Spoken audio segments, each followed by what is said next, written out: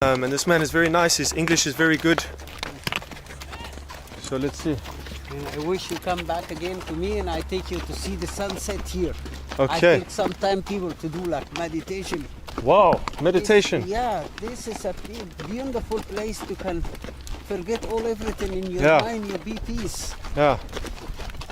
To see the sunset, to drink Egyptian tea.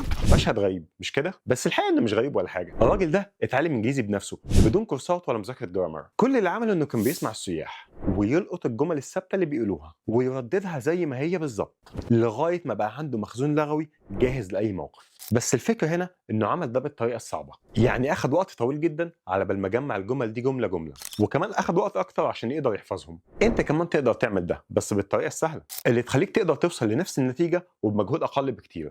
ودي بالظبط الطريقه اللي بيعتمد عليها كتابي. كتاب اهم 5000 جمله هتحتاجهم في الانجليزي بيحتوي على اهم 5000 جمله مستخدمين في الحياه اليوميه، بالاضافه لاكثر من 40 محادثه في مواقف مختلفه، وكلهم جاهزين للاستعمال فورا. يعني مش هتحتاج تفكر هكون الجمله دي ازاي، الكلام هيطلع منك تلقائي زي الراجل المصري اللي انت شفته في الفيديو. والمميز كمان ان كل الجمل والمحادثات مسجله باكسنت امريكي 100% عشان تطبق تقنيه الشادوينج وتتكلم بطلاقه بدون تفكير. How's it going? How's it been?